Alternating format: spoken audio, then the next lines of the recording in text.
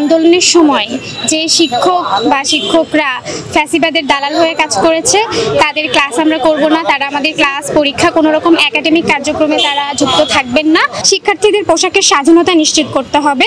এর বিরুদ্ধে আপত্তিকর মন্তব্যকারী শিক্ষকদের বিরুদ্ধে তদন্ত সাপেক্ষে ব্যবস্থা নিতে হবে। যে শিক্ষকের বিরুদ্ধে আমরা অবস্থান নিয়েছি যে ওনার অব্যাহতি চাচ্ছি, এটার কারণটা হচ্ছে আমাদের আন্দোলনের সময় ওনার অবস্থান ছিল আমাদের বিরুদ্ধে। মূলত আমাদের বাংলা বিভাগের একটা সংস্কারমূলক আন্দোলন, পুরো বিভাগের সংস্কারের জন্য। এর মধ্যে আমাদের প্রধান দাবি হচ্ছে যে আন্দোলনের সময় যে শিক্ষক বা শিক্ষকরা ফ্যাসিবাদের দালাল হয়ে কাজ করেছে তাদের ক্লাস আমরা করব না, তারা আমাদের ক্লাস পরীক্ষা কোনো রকম একাডেমিক কার্যক্রমে তারা যুক্ত থাকবেন না।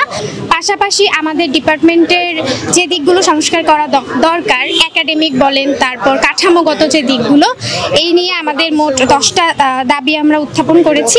এই 10টা দাবি আমাদের আদায় হলে আমরা প্রথম দাবি হচ্ছে গণহত্যা সমর্থনকারী ফ্যাসিবাদের দালাল অধ্যাপক বাইদুল্লাহ কাদেরীকে বাংলা বিভাগের সকল একাডেমিক কার্যক্রম থেকে অব্যাহতি দিতে হবে। 2 নম্বর দাবি, বাংলা বিভাগের যে সকল শিক্ষার্থী স্বৈরাচারের দোসর হিসেবে 15ই জুলাইয়ের হামলায় সম্পৃক্ত ছিল তাদের বহিষ্কার এবং তাদের বিরুদ্ধে যথাযথ আইনি পদক্ষেপ নিতে হবে। 3 নম্বর দাবি, শিক্ষার্থীদের পোশাকের স্বাধীনতা নিশ্চিত করতে হবে। এর বিরুদ্ধে আপত্তিকর মন্তব্যকারী শিক্ষকদের বিরুদ্ধে তদন্ত সাপেক্ষে ব্যবস্থা নিতে হবে। 4 নম্বর দাবি, শিক্ষক ও কর্মচারী নিয়োগ প্রক্রিয়ায় স্বচ্ছতা নিশ্চিত করতে হবে এবং প্রশ্নবিদ্ধ শিক্ষক ও কর্মচারীদের বিরুদ্ধে তদন্ত সাপেক্ষে যথাযথ ব্যবস্থা নিতে হবে। এখানে বলে রাখা ভালো, আমাদের কিছু শিক্ষক এমনও আছেন যে যারা আসলে ক্লাস নিতে আসেন ঠিকই, কিন্তু তারা ভালো পড়াতে পারেন না আমাদেরকে। 5 নম্বর দাবি, বিভাগীয় বৃত্তি প্রদান কমিটি সহ সকল কমিটি প্রতি বছর পরিবর্তন করতে হবে এবং অনৈতিক কর্মকাণ্ডে অভিযুক্ত কাউকে রাখা যাবে না।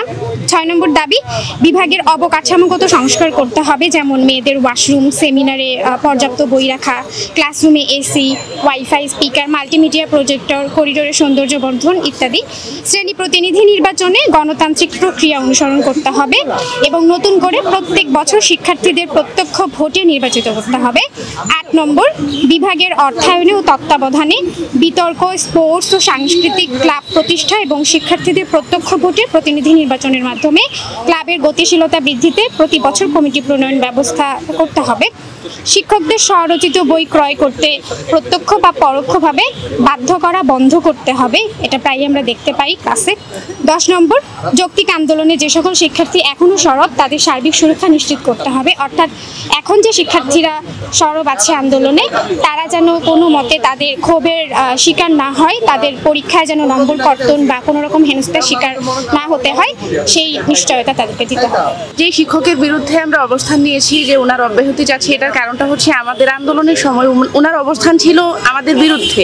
অনেকেই আছে যে এই দলের সমর্থক কিন্তু সরাসরি আমাদের বিরুদ্ধে অবস্থান করেনি বা মৌন সমর্থন ছিল, কিন্তু উনি সরাসরি আমাদের বিরুদ্ধে অবস্থান করার কারণে এই জন্য হচ্ছে যে আমরা চাচ্ছি যে ওনার কোনো ক্লাস পরীক্ষা বা এগুলো হচ্ছে আমরা চাচ্ছি না, বা ওনার একাডেমিক কোনো কার্যক্রমে উনি থাকুক সেটাও আমরা চাচ্ছি না। আর এছাড়াও আমাদের বিভাগে অন্যান্য আরও অনেক সংস্কারের কথা বলা হয়েছে, দাবির কথা, সেটা হচ্ছে আমাদের মেয়েদের ওয়াশরুম নাই বা অন্যান্য এরকম আরও যেগুলো আপনারা আগে শুনেছেন যে আমাদের 10 দফা দাবি, ওখানে সবগুলো আমাদেরকে উল্লেখ করা হয়েছে। আমরা আশা রাখবো যাতে এগুলো দাবিগুলো পূরণ করা হয়। আর আমরা হচ্ছে আজকে ডিপার্টমেন্টের চেয়ারম্যানের কাছে এগুলো জমা দিব, এরপর বলবো, মানে দেখি ওনারা কি বলেন, ওনাদের মতামত কি, এরপর হচ্ছে আমরা আবার কর্মসূচি দেব। সত্য, বস্তুনিষ্ঠ ও নিরপেক্ষ দৈনিক জনবাণী।